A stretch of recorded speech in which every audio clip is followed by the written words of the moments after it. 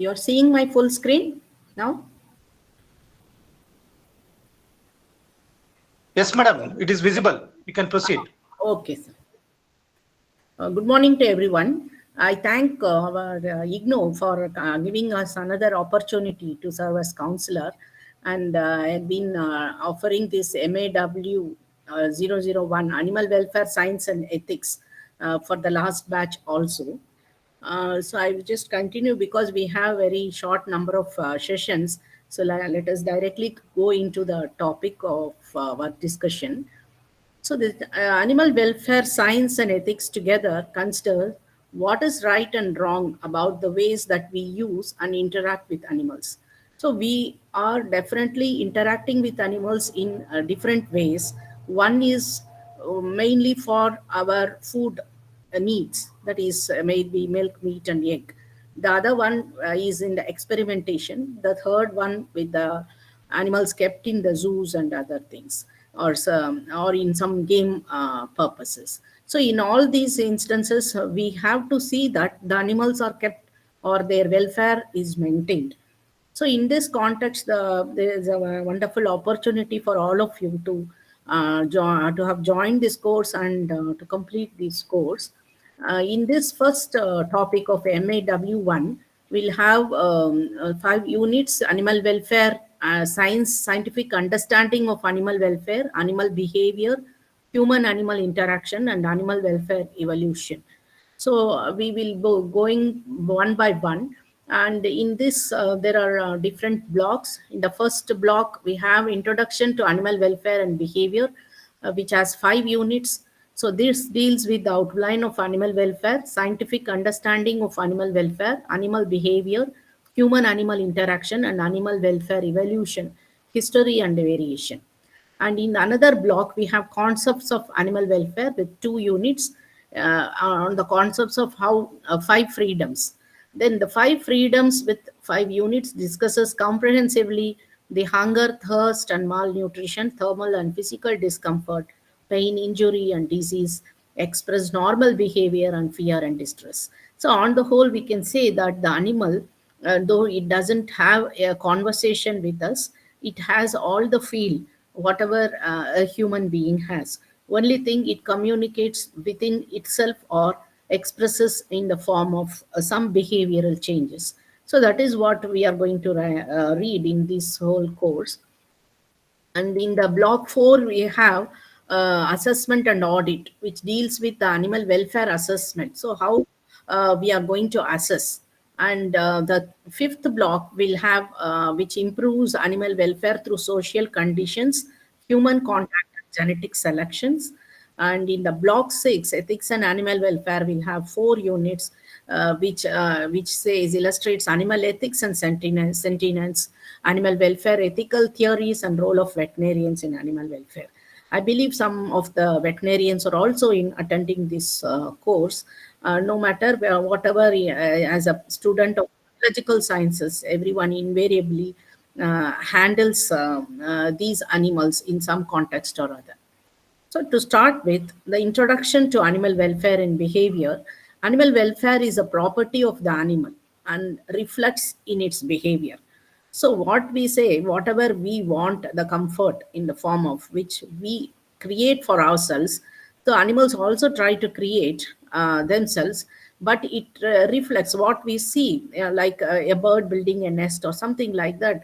Whenever it comes to the breeding season, they build a nest. Like that, they express in the form of a behavior. Therefore, the knowledge of normal and abnormal behavior and their causes helps in understanding animal welfare scientifically. So, what happens when something goes abnormal? Or the animal, normal will be the animal running away or giving sounds, different signs of unusual sounds. So, which makes the animal uh, to show that it is not in a comfortable position, or it is having a fear from the predators. So, from these, we are going to say how we are going to accommodate these animals to overcome these type of fears. So, in the animal welfare, it delineates the concept of animal welfare, animal rights, and animal cruelty. So, why should we be concerned about animal welfare? Ethical and moral concern about the lives of the animals. So, we as a human being, though we think that we are in the top of the pyramid of among all the living creatures, but we are supposed to accommodate all the other living beings also. Then only we have a convenient ecosystem. So, in this, animal welfare can be applied to all animal species. So, it sometimes it was for farm animal or a companion animal. So, farm animal, all the domestic cattle, buffalo, sheep, goat, and poultry, every piggery, everything comes under this category. And in the companion animals, mostly we have the dogs and cats, and of late, some of the pet birds are also there. These group of animals, the term is specifically referring, animal welfare has been related to livestock production in agriculture and thus farm animal welfare or companion animal welfare when we talk of pet animals. So the animals which we are going to deal in this topic, maybe from starting from the large ruminants, small ruminants, sheep and goat, the pigs, poultry, working animals, performing animals, pet and companion animals, zoo animals, and other managed wildlife that is under captive breeding system, and the lab animals used in the biological research and teaching. So, what is this animal welfare? The World Organization of it is almost the OIE is an equivalent to World Health Organization. Defines animal welfare as the physical and mental state of animal in relation to the conditions in which it lives and dies. So here, the context of the physical comfort, what the animal gets, and also the mental state of the animal. So when we say when they are in uncomfortable place, they try to bite or they try to behave abnormally or make sounds, so that we say that the animal is expressing its mental state in the form of some behavior.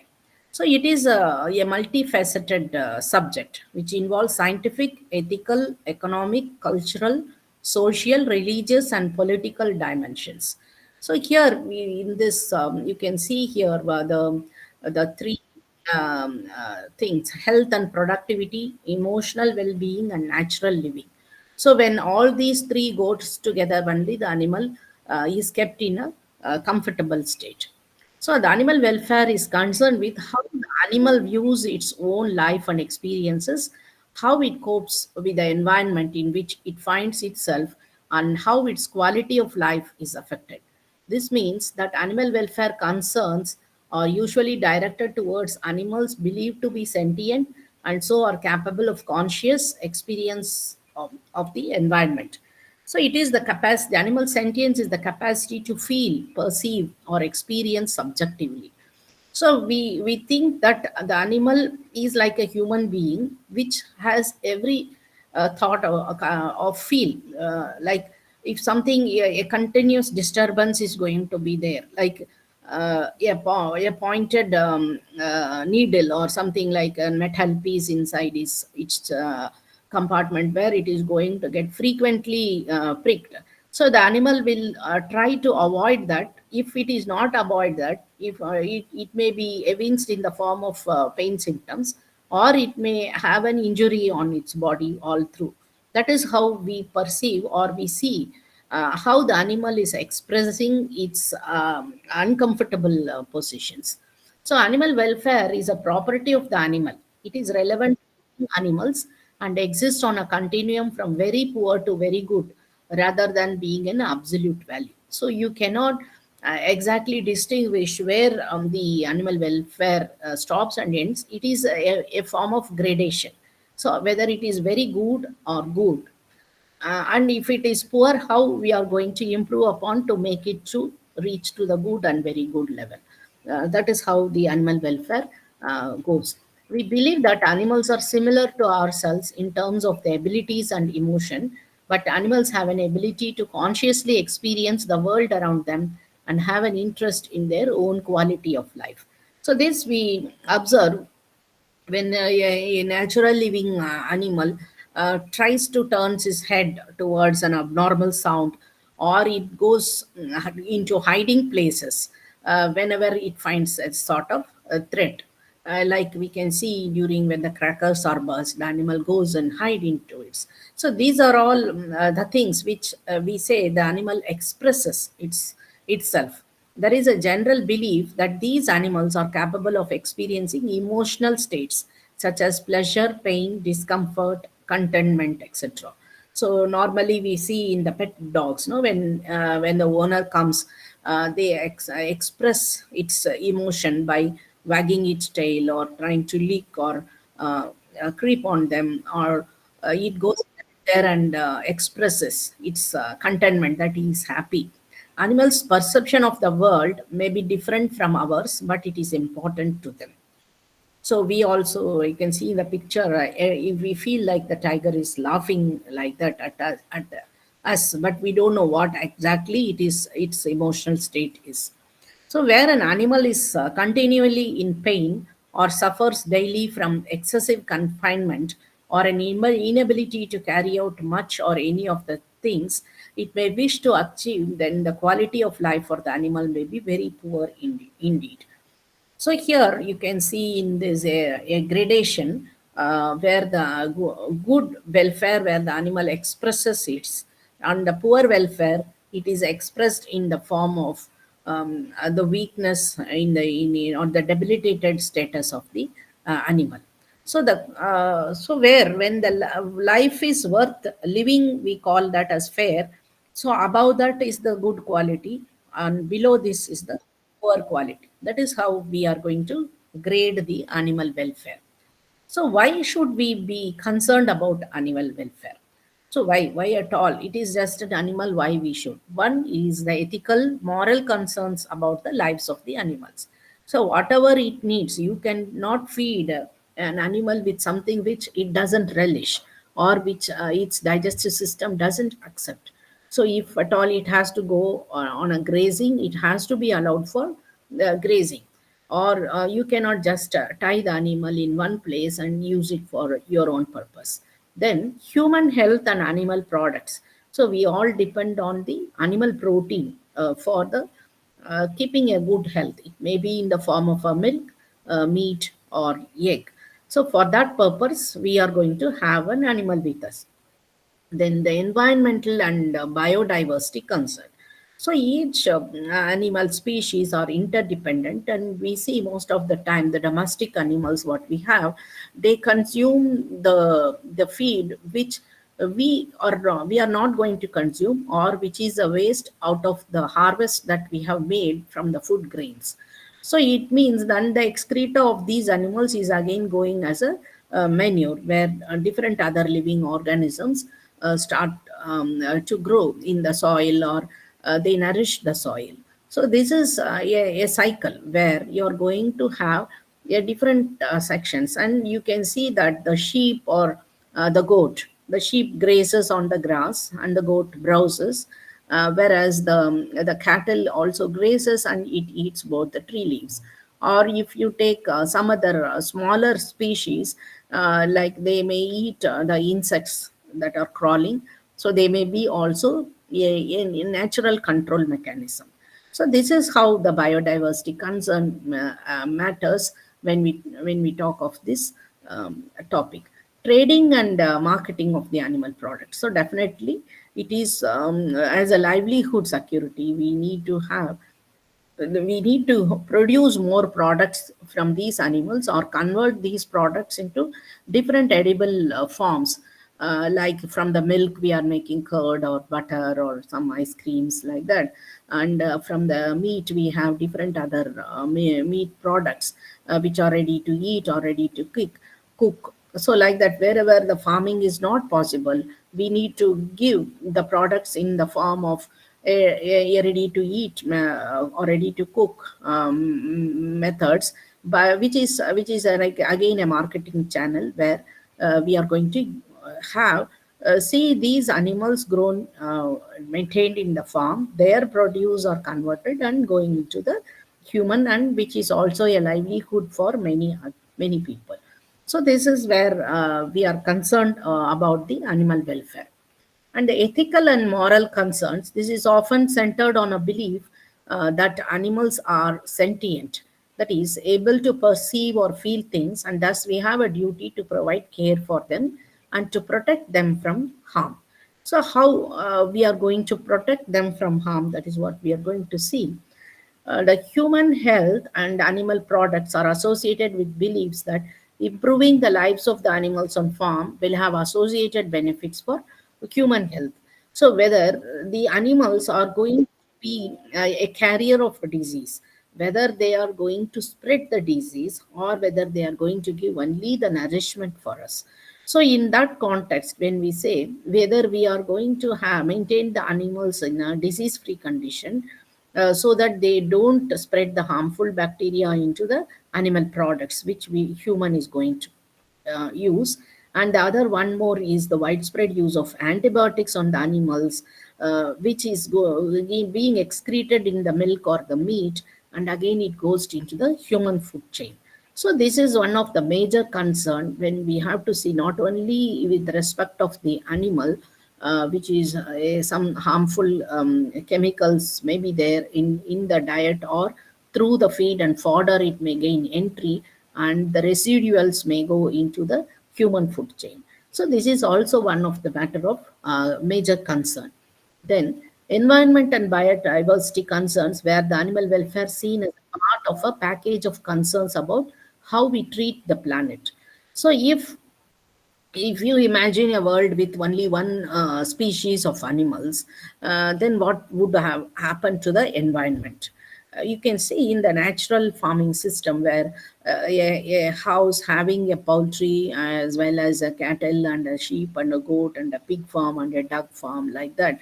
So the duck feeds on the aquatic weeds, and also it eats on the aquatic insects, or it may eat the larval stages of the mosquitoes, which are going to cause disease to the other species, like including the human.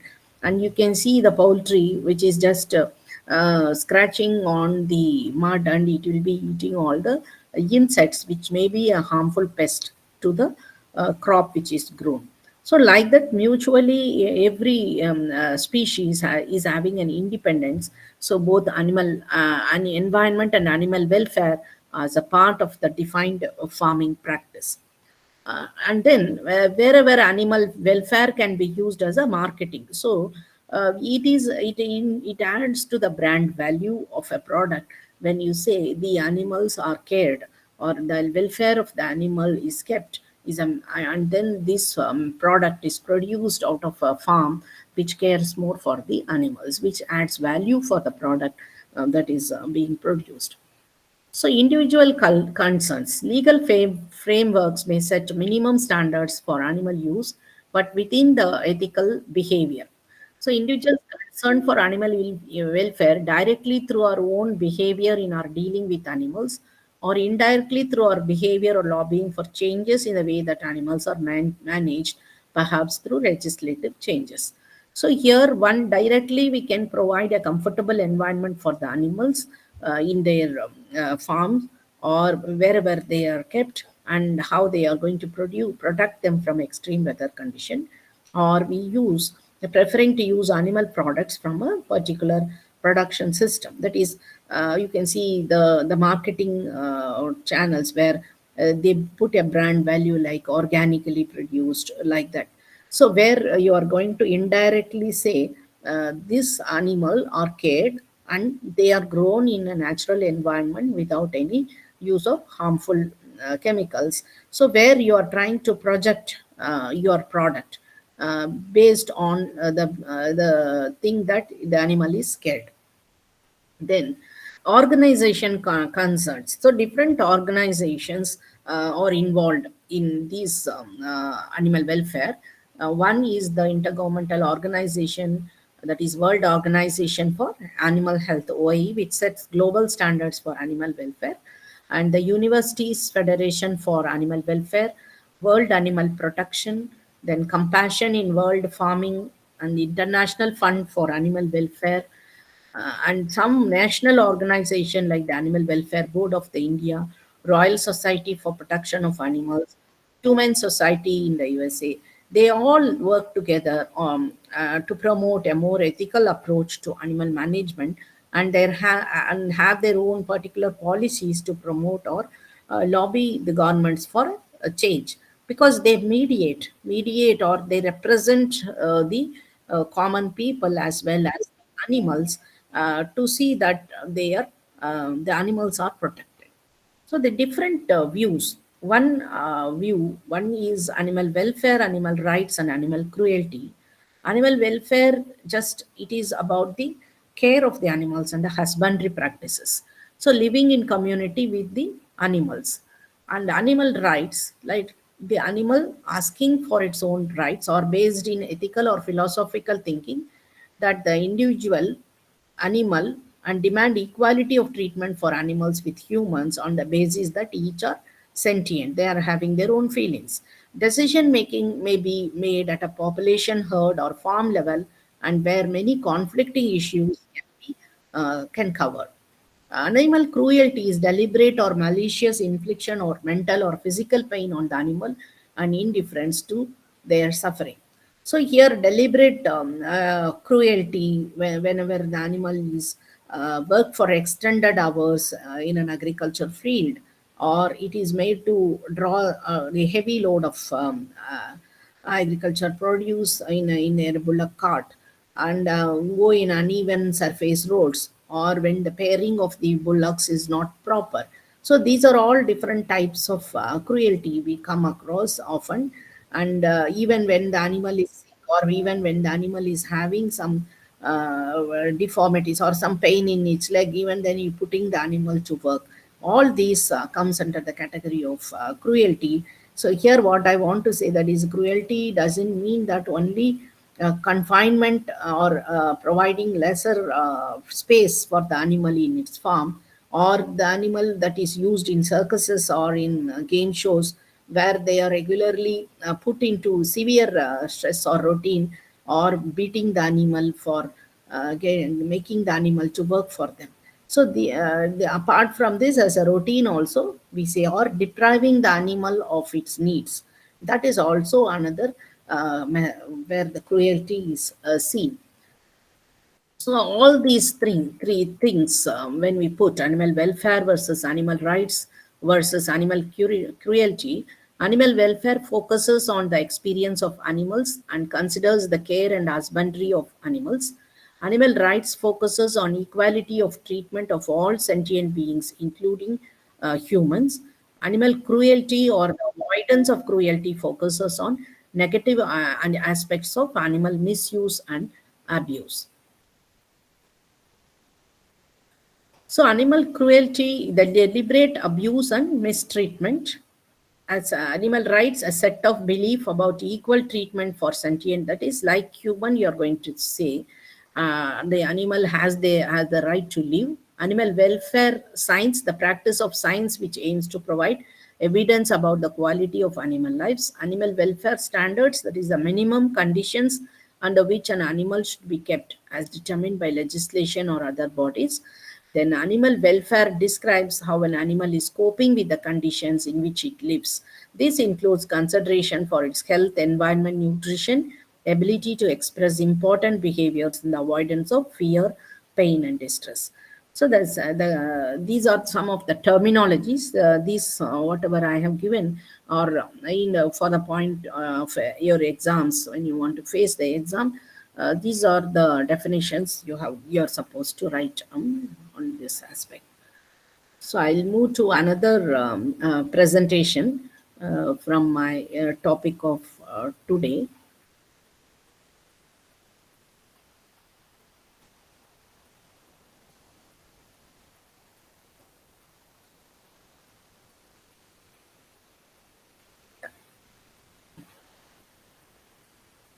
I will add one more presentation for today.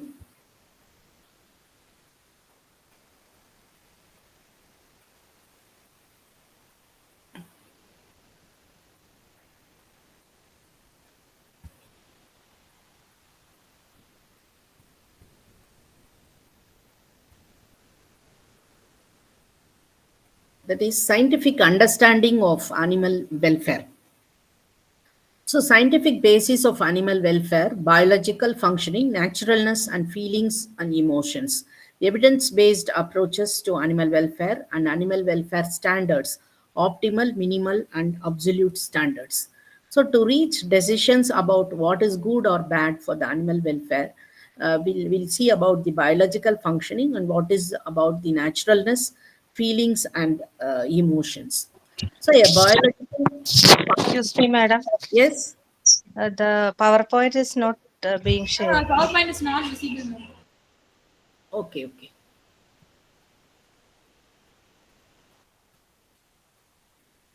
Are you seeing it now?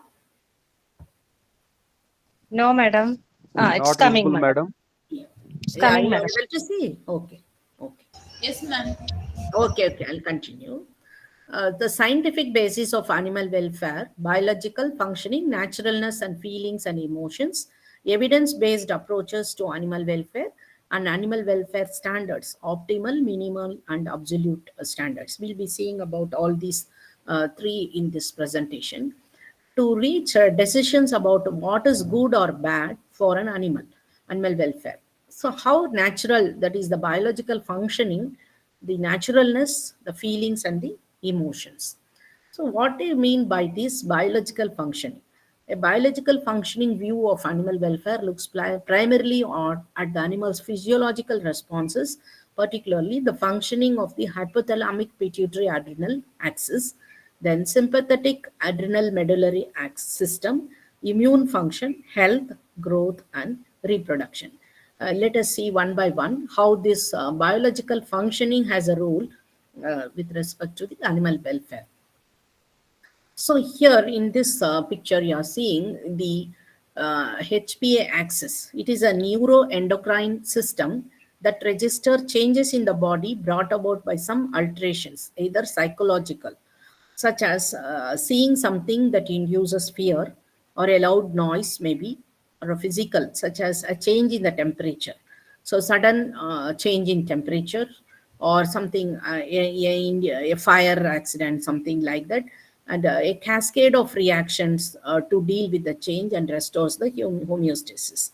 So, what happens when we are in this type of abnormal situation? You can see this hypothalamus, the pituitary gland, the adrenal gland. So immediately the cortisol is secreted, and then we see the animal or the any living biological system comes back to normalcy, overcoming this fear by this HPA axis. Whatever may be the stressor, which is going to alert the brain system, is going to help in production of a cortisol, which is again helping us to restore to the homeostasis. So then the another one is sympathetic adrenal medullary system, is an autonomic system governed by neural inputs that brings about changes in many bodily systems, including heart rate, metabolic rate, respiratory rate, body temperature, etc., in response to the alteration the animal is experiencing, which we call it as stressors. So here what happens immediately when it is stimulated with an abnormal situation, it tries to run fast, or it breathes heavily, or the body temperature may increase. So all these mechanisms, this experiencing of these stressors is through the sympathetic adrenal medullary system. And a consequence of altered biological function, which attempts to deal with the stressor. So continuous exposure to these type of stressors may result in the change in the immune system. The animal becomes more susceptible to disease. So continuous putting the animal into such stressful situation may also reduce the growth, poorer reproductive ability. So, what the biological system thinks, let me survive, then we shall reproduce, or the reproductive hormones may not be produced. So, here, what we see here, three things happening. One is the animal doesn't reproduce, or there is a reduced growth, or because of reduced growth, there is reduced reproducible ability, or because their immune system is disturbed or they are susceptible to disease, they have a reduced growth, and then they have a reduced poorer reproductive ability. So they are interlinked one with the another. Under this view of animal welfare, it is when these changes occur that the animal moves into a poorer welfare condition. So what we see as an animal with a skin and bone or a weaker animal, or many times no, we come across in a place where a farm where there is a overcrowding. So where we come across many people now in an anxious way to have a goshala or like that. They create a small shed and have more number of animals. For a counting purpose, they say we have 100 animals. But whether do they have the comfortable space for these 100 animals, whether the environment inside the farm is comfortable for accommodating these 100 animals. So you know the 100 animals will be urinating their excretion or their food waste. Everything should be taken care, or there should the methane emission and the carbon dioxide level in the shed, everything should be taken care. So here I can share one of the instance where we can come across one of a goshala where they were saying that whatever we feed the animal is not improving. Then when I went and saw, there was no proper cross ventilation. So that means the animal are put into stress. They are inhaling the unwanted gases which are excreted by the animals, and that is why they are going weak in spite of they feeding the animal. So these are all where we have to say. Then once where we said that you have to have provide a cross ventilation, open the windows, or you make a bigger ventilators on the either side, so that there will be cross ventilation and aeration. All these when they attended to it, then slowly the animals were improving in their condition. So like this altered biological function has a three-step phenomena, that is susceptible to disease, reduced growth, and poorer reproductive ability. Then naturalness. So whether the animal feels that I am kept in a natural environment, whether it is able to live a natural life to be able to express its evolved behavior patterns. So some of the behavior patterns, what we see when distress calls, whenever you can see these distress in isolation. So whenever the house owner, everyone in the house leave away, leaving their pet dog, you can see the animal having a distress call, then fleeing from a predator and so on. So they try to run away from the predator. So these, whether the animal is having this freedom, we should not infringe the animal's physical wholeness, such as performing procedures like castration or tail docking, or that we should create condition where the animal has life that accords with their species-specific capacities and adaptation patterns. So here we should not try to force something like a herbivore fed with some other food which they eat doesn't like, or sometimes we say more carbohydrates may be fed instead of giving a fibrous food. So where the animal is put into a type of stress where they are away from its natural living. Then feelings and emotions. The animal welfare concerns are in fact concerned about the subjective experience, the feelings of the animal involved, animal's capacity to experience pain, fear, distress, pleasure, etc.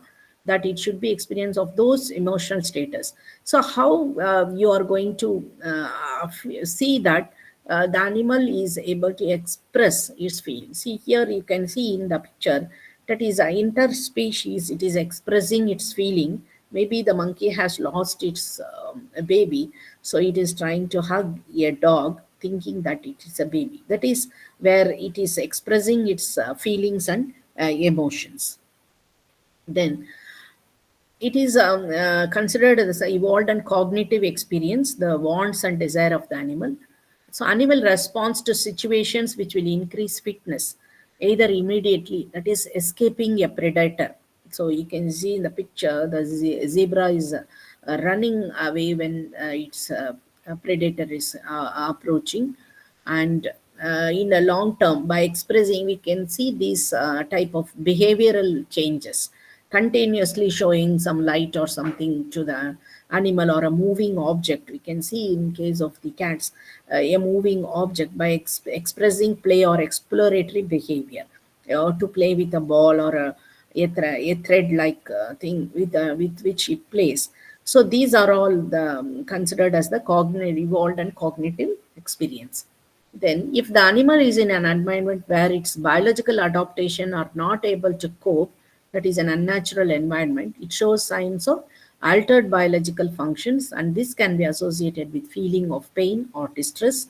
So you can see in this three pictures where the biological functioning in the form of grazing, and the naturalness where the animal tries to pamper its calves, and the feelings, they hug each other, or they feel the warmth of each and every one expressing their feelings, or animals in the same form try to huddle together and show their feelings. Then evidence-based approaches. We need to take an evidence-based approach where we ask scientific questions. What animal wants or need, and how much it causes them to suffer if these things are not available. So here, based on the behavior or the feel expressed by these animals. So, what are the different examples we can see? If I say a dog, its social behavior, it needs to be groomed, play, it lie in contact. That is, it need a person to get pamper on it, or it needs someone to play, maybe another dog, or it should. That is why sometimes we advise a companion for another dog, and mutually they lick each other and the grooming happens.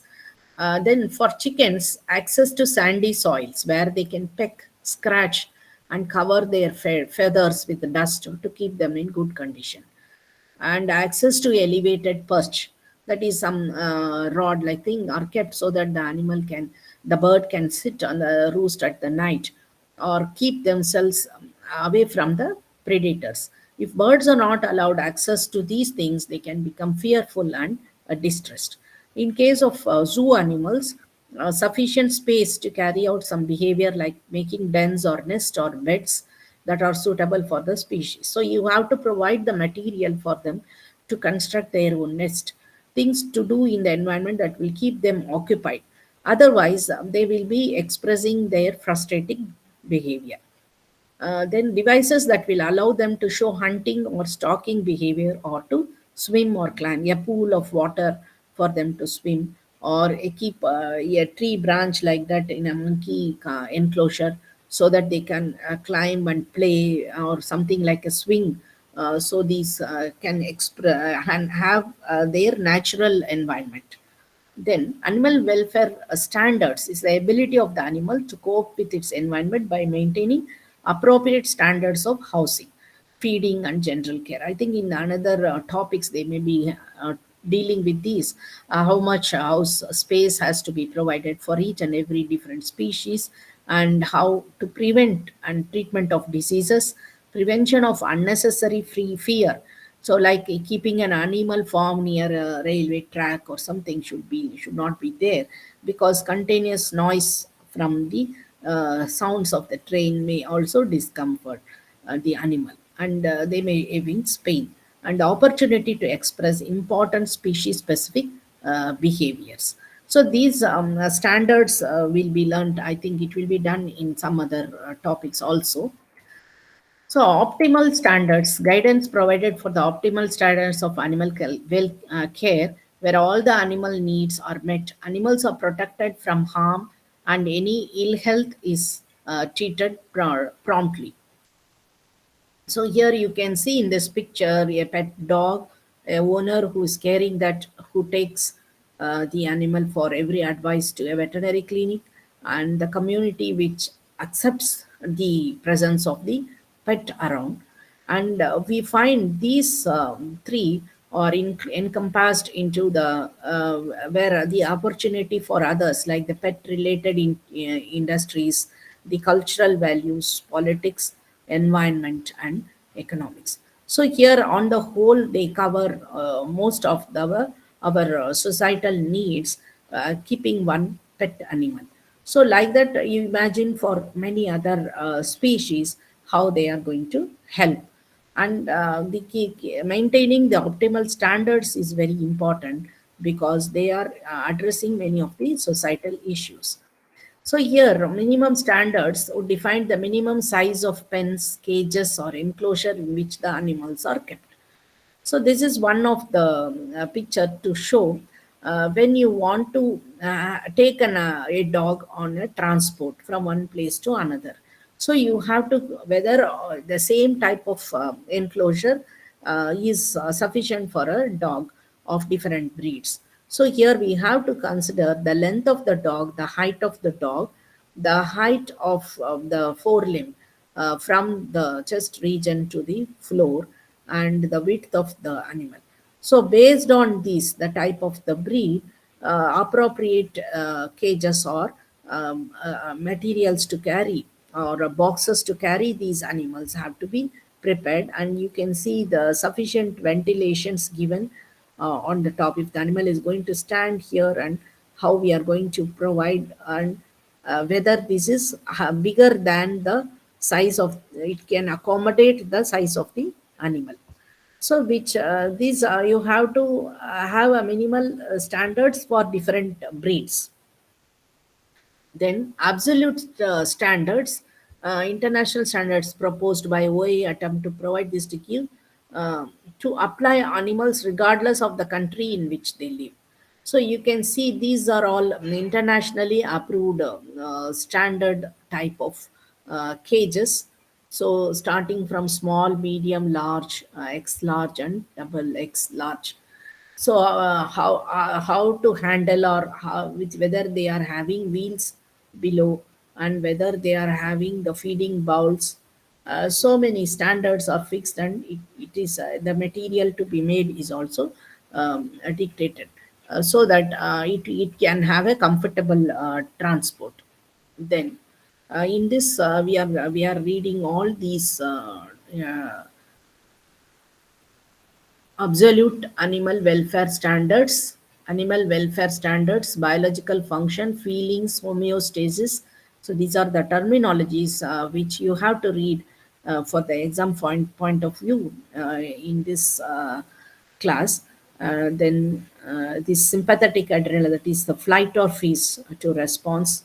So you can see suddenly the animal running, or the bird flying away, or it just freeze, and that is it stays like a statue and it watches. So these are the things, how we these points you have to read. Any doubts with this two presentations, or I can have one more presentation also since we have some more time.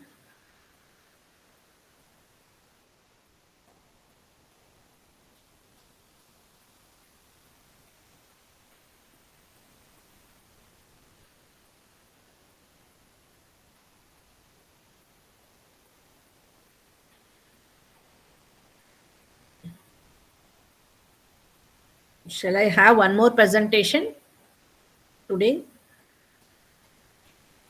Okay, madam. Yeah, that's also an interesting one. Wait, I have to stop sharing this one.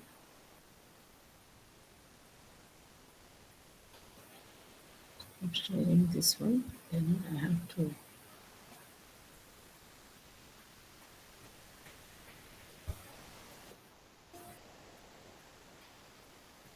So this may also take another 10 or 15 minutes. Share.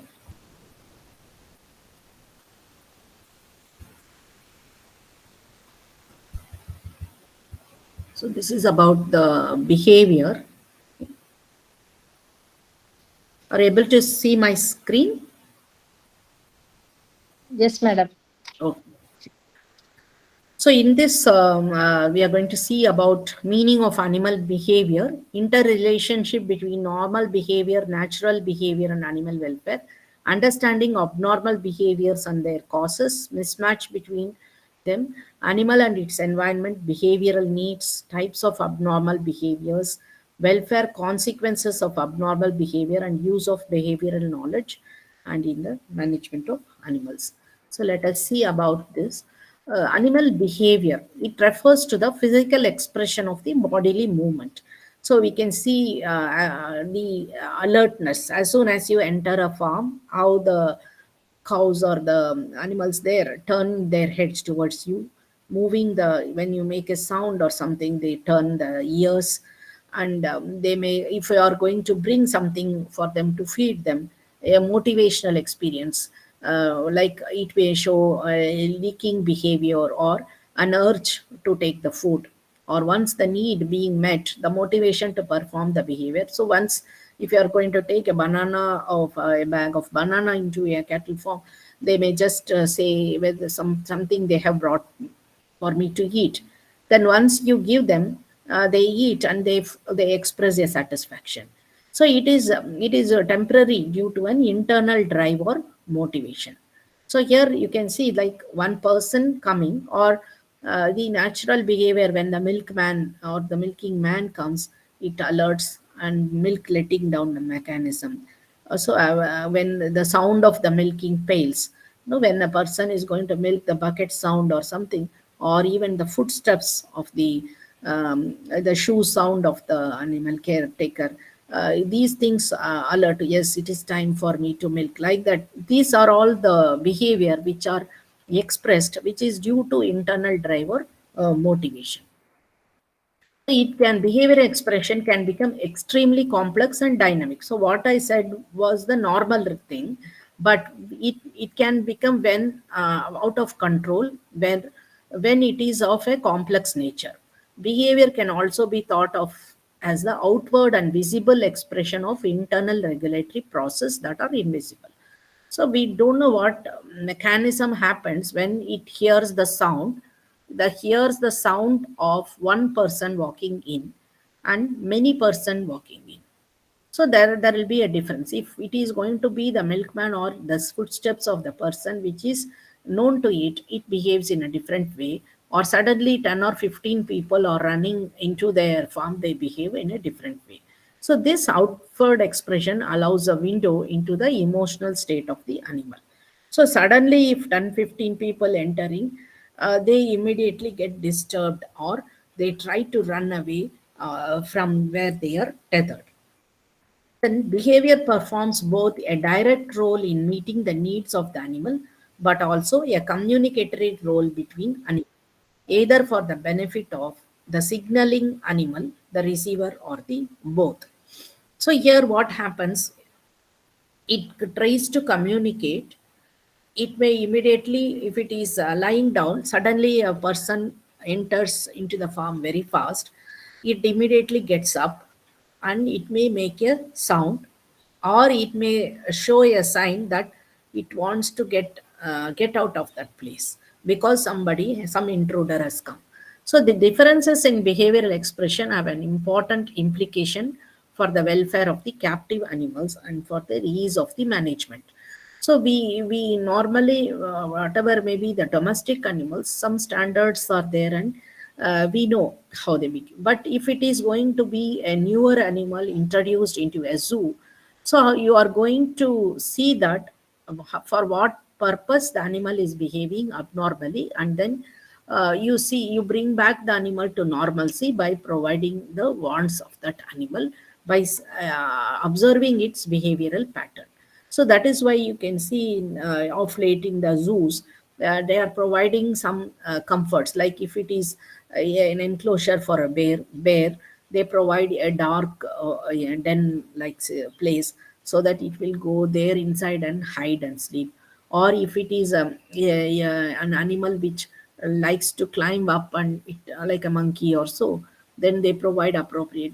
But earlier days when they had zoo, they were just kept in an enclosure without any of the comforts for those animals. But of late we are seeing many such changes in the closed enclosure, rather, because these are done based on the behavioral expression. Normal versus abnormal behavior. The normal is often used as a synonym of the natural behavior, meaning that the behavior of an individual animal or a population in the wild is normal, and all deviations from this caused by captivity or by extension of the abnormal behavior. So, from the practical point of view, using the terms the natural or normal behavior, whether they can be go together. So, the natural behavior in a natural management system, or a normal behavior of an animal which is already a domesticated one. So, like that, we should perceive this. So, for example, a fighting behavior between unfamiliar, you are buying a new pig and introducing into the pigs which are already kept in the farm. So, then immediately they try to fight.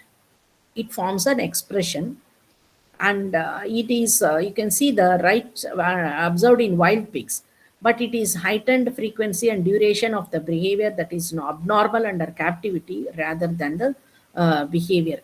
So in the natural system, or if it is a wild pig, it's kept in a natural environment, they are going to have an intruder. We can see this behavior in the dogs also. A sudden newly they have a territorial behavior. So when a new dog enters into that area, all the dogs try to attack on the newly entered dog. But after some few days, when it is becoming a frequenter, these try to accommodate the new ones, a new one that has intruded, and slowly they try to live together.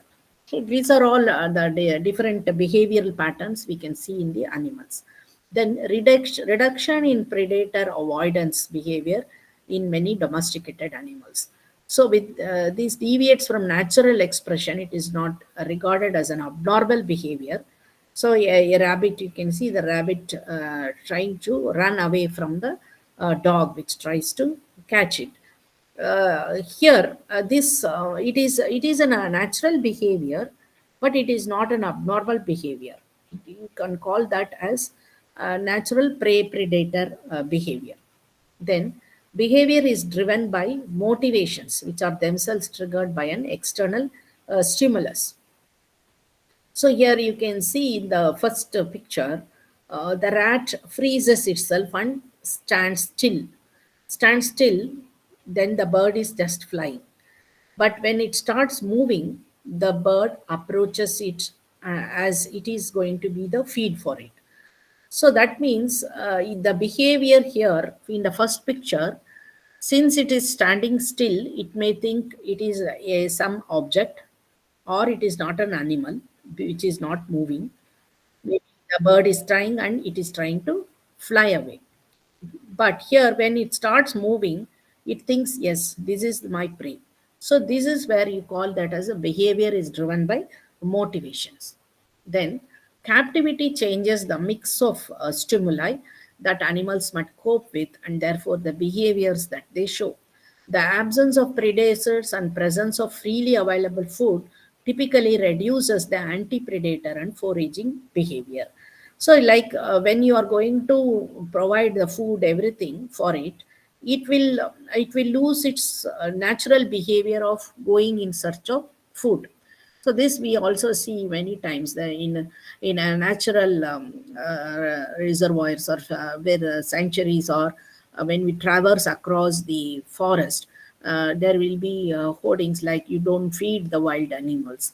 So when you start feeding the wild animals, they will lose their behavior of the foraging or naturally grazing behavior, and they will get adapt to, or they will wait for somebody, some car to pass there and give them some feed.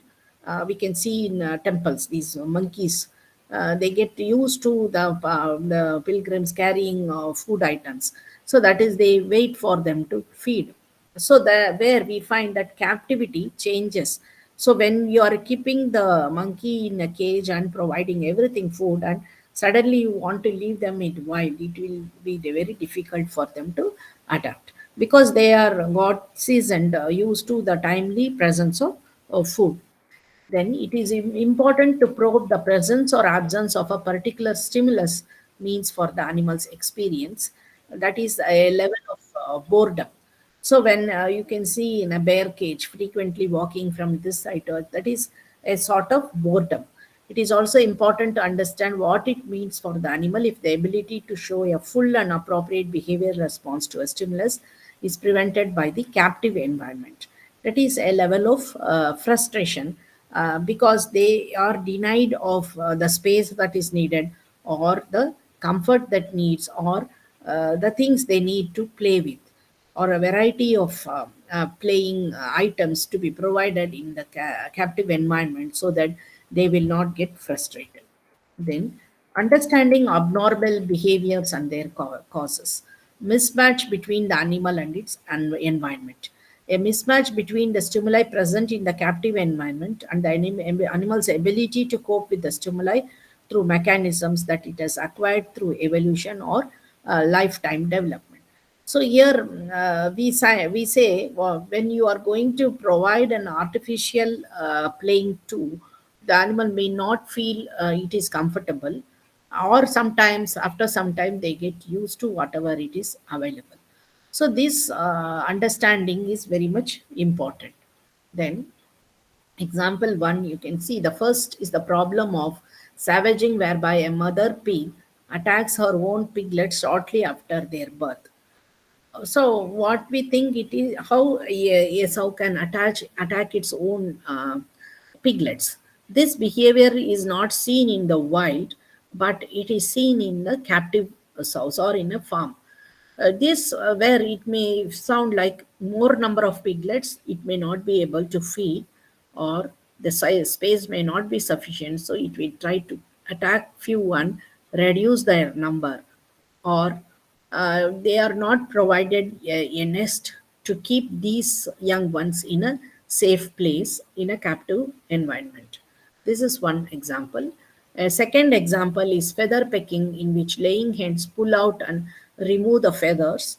This behavior occurs when in a natural system where they try to shed their feathers, and this where which we don't provide, or in such an environment may not be there in a cage system of rearing. So that stimuli allows the fullest expression of foraging behavior is the plumage of other birds, then becomes the target of the pecks. So nest building behavior in nature, what we see in case of the birds. Then behavioral needs, it may be defined as behaviors that are motivated largely by internal stimuli, and if an animal is prevented from performing them for prolonged period. So like jumping, chewing, excessive barking, digging, or chasing, these are all don't provide their behavioral needs, they may show these type of abnormal behaviors. So recognizing the behavior, how we can recognize these? So observe the species under natural conditions and document them. So how the animal moves in it, where it goes, and safeguards itself when a predator approaches, or when a loud noise is heard, what they do. When the food is not available, how they go in search, or when a prey is available, how they attack and get. All these have to be observed, and we will identify the behavioral needs. Then observation of overt behavior under structured or restricted conditions. So when you are not going to provide all these, how they behave, and requiring an animal to work for the opportunity to perform specific behaviors. In normally in a tamed environment, we see when it is used for some game purpose or a show purpose. Controlled behavioral deprivation followed by open field testing, then quantification of physiological responses indicative of stress. Careful experimentation is necessary to determine where on the scale of need a particular behavior resides. So this is how we are going to recognize the behavioral pattern. So the types of abnormal behavior: when an animal is housed in an environment where it is exposed to chronic aversive stimuli, a continuous sound, continuous some irritable substances around it, like that. Then where it cannot perform behaviors normally essential to reproduction or survival in the wild, where it cannot perform behaviors that would correct the homeostatic imbalance it is experiencing. So, whenever this is not available, they are going to show the abnormal behaviors. So, the abnormal behavior is an indicator of a poor welfare, that is, negative internal experiences, impaired function, that is, denied of the natural behavior, which leads to stress or even failing of the homeostasis. So in this picture, you can see uh, where when the nutrition is deprived, water deprivation, food deprivation, or malnutrition, when the environment, physical and the atmospheric challenge is not met. So whether you are going to provide an animal a particular temperature inside for prescribed for that particular species, then the health, disease, injury, and functional impairment. These two are going to have an expression in the mental domain in form of thirst, hunger, anxiety, fear, pain, and distress. And the fourth one is the behavior or the interactive movement. So, for if you say one, two, three, four, and the fifth, everyone, all these are interconnected. Interconnected, one is not there, it is going to express the abnormal behavior. So, in this abnormal behavior are identified by this. One is in captivity, we find stereotypes, that is, walking on the cage from here, from one side to another. Then, if seen in the wild as well as captivity, the behavior performed is inappropriate, that is, killing its own young ones, or screeching, or in case of parrots, excessive screeching, making sounds. Does the behavior involve self injury, self biting? They may bite their body parts, then affect social interaction, attacking the another of the same species, then having deleterious consequences on growth and reproduction. Is the behavior peculiar to a subset of individuals, that is, barbering in mice?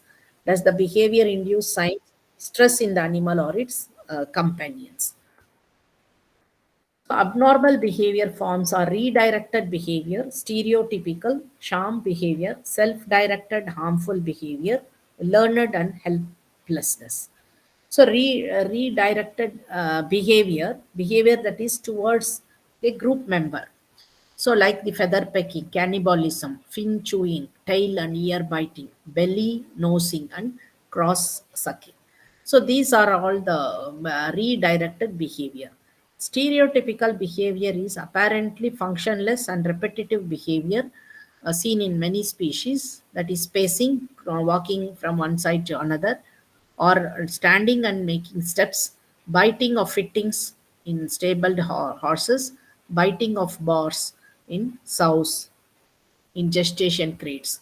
Sham behavior is behavior performed despite the absence of substrates to allow its proper execution. Dust bathing movements in poultry that are devoid of substrate, nest building movements in sows in environments lacking litter, courtship responses and displays direct and inanimate objects. Then self-directed harmful behavior is self-mutilation.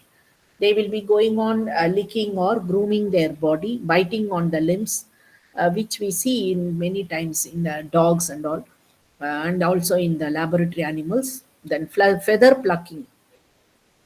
Then learned helplessness, failure to show a behavioral reaction to the ongoing physical injury as a result of a prolonged uh, pigs that are victims of severe tail biting, hence that are victims of severe pecking. So when these type of different behaviors, no, redirected behavior, stereotypical behavior, sham behavior, self-directed harmful behavior, learned helplessness. That is where they get accommodated to that situation, but still it is going to create a stress on the animal. Welfare consequences, the performance of abnormal behavior indicates a mismatch between what the animal expects and what it can achieve. Physiological and neurological changes indicate that performance of abnormal behavior is often accompanied by a physical effort to cope with a substandard environment. It is essential to understand the emotional consequences for the animal of an environment that leads to abnormal behavior. So we can make inferences by observing the animal or giving the animal different choices, observing its behavior in different housing environment, contact with the food, etc. Then they also have significant physical and emotional effect on victims. Tail biting, for example, can lead to pain, infection, and amputation of the tail. So, continuous tail biting. Feather pecking can lead to pain, denudation of large areas, difficulty with regulating heat loss, and learned helplessness. So, how when these behaviors are observed in animals kept in captivity, we have to do some alterations like tail docking or debeaking. That is continuous pecking. To avoid that, you are going to do the debeaking, or tail biting, you are going to do the tail docking. Then use of behavioral knowledge in the management of animal. Behavioral expression helps to come out with the solutions. So how we are going to give solutions for these behavioral expression, like enriching the cages.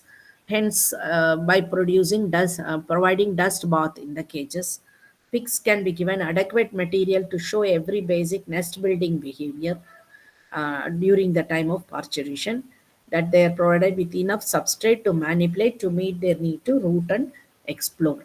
Then handling of most species therefore invokes an amount of anxiety or fear, the level of which differs between species and individuals.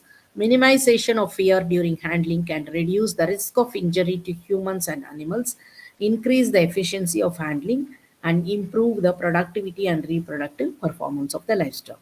So, whenever we need to handle these animals, how we can reduce when you are going to attend to the abnormal behavior, indirectly we can safeguard the human who are handling. The fear among cattle is expressed by vocalization, defecation, freezing, kicking at a threat, running and jumping. These behaviors are more evident when a human enters within the flight zone of the animal, which is a region of protected space. When entered will cause the animal to withdraw. And natural predated species continue to show high levels of vigilance when domesticated, and will withdraw from the startling stimuli such as sudden noises or unexpected movements. So, wild living herbivores will often circle a threat rather than retreat in a straight line. So, they go round and round and dodge the animal which is going to attack. So they have herbivores show much greater behavioral evidence of fear when handled in isolation from other animals. So when they are with other companion of the same species, they don't evince more abnormal behavior. Whereas if it is in isolation, they evince greater behavioral changes. So which is quicker, easier, and safer to. So here, when that is why we say when a person is going to take the cattle for grazing, if it is a big herd, it can be easily managed. If it is one animal, it will be very difficult to bring it under control. Then it is the means by which animal interact with, including each other. It is the means by which they meet with the survival needs, how they can safeguard themselves and escape from the dangerous zone.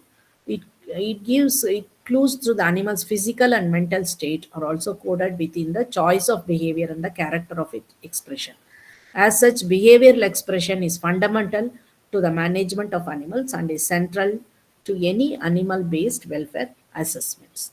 So these are some pictures showing the how the in captive animals, how they are going to cooperate with the partners, or when the food is readily available, how they try to handle.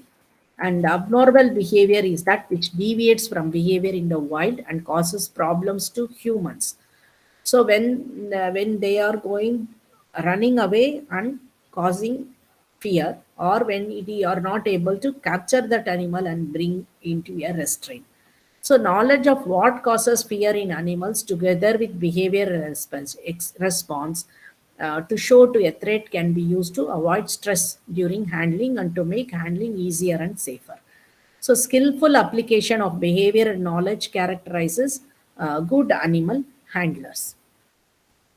So the signs of distress in farm animals, behavioral signs of distress like the raised ears, rapid tail movements, flicking or repetitive swinging, pawing, scraping the ground with the hoofs, snoring, and repetitive vocalization. These are all the behavioral signs to show the animals are in the distress. And this picture shows about the flight zone. So if the animal is standing like this, okay, edge, see this, they can visualize up to this point. See the animal in this picture, you can see from which point the animal can see. If you stand here, they cannot see. They cannot see and you can handle it easily. But if you are near this point, shoulder and beyond that, it is going to visualize and it may try to withdraw or it may try to attack. So this is so each species, because of the position of the eyes where it is placed, the flight zone varies from one species to another. So these are some of the uh, definitions which you have to read for the exam point of view: natural behavior, redirected behavior, sham behavior, then stereotypical behavior. So I think with this we will end today's class.